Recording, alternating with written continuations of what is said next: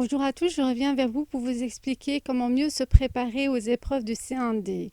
Ces différentes épreuves, vous pouvez les retrouver sur le site officiel de la Fédération Wallonie-Bruxelles. Je vous rappelle que 4 matières seront évaluées, à savoir le français, les mathématiques, les langues étrangères et les sciences.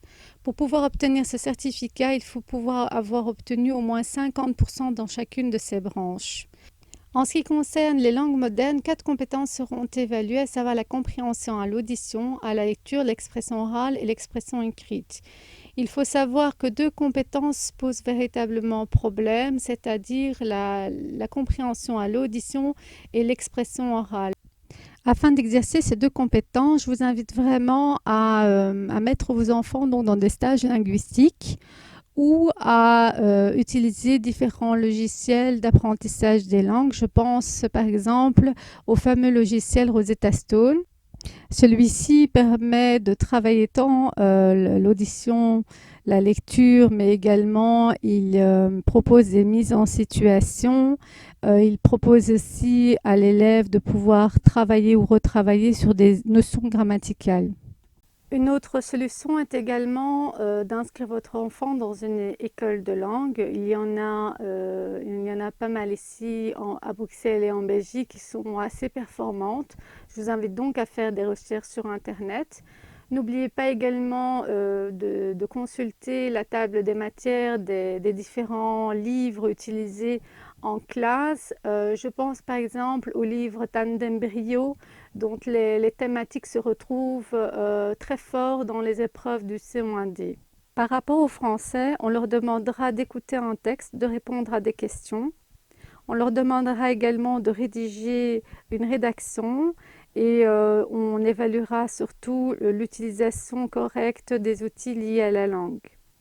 On leur demandera également de comprendre un dossier informatif et un récit de fiction.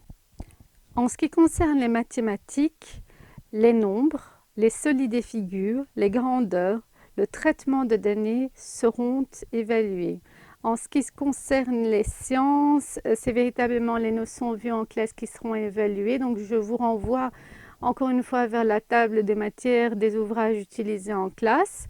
À savoir également que les enfants seront mis dans des situations nouvelles où ils devront décrire une expérience qu'ils vont observer. Donc, il vous suffit d'aller sur le site enseignement.be pour donc obtenir les différentes épreuves du CE1D. Donc, sur le site, vous allez pouvoir visionner une petite vidéo qui explique très bien les conditions de passation du CE1D. Il suffit simplement de cliquer sur l'onglet pour obtenir les différentes épreuves. Ici, vous avez donc les questionnaires pour pouvoir évaluer le niveau d'anglais, de néerlandais et d'allemand.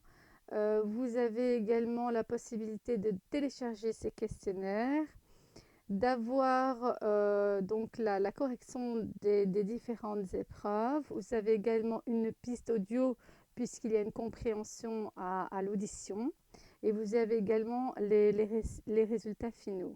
Donc, il vous suffit simplement de cliquer sur le PDF, voilà, et de télécharger l'épreuve. Donc voilà, ici vous avez des informations concernant la compréhension à l'audition et à la lecture.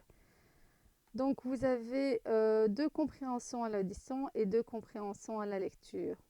Pour la compréhension à l'audition, le texte ainsi que la tâche est à chaque fois bien expliqué.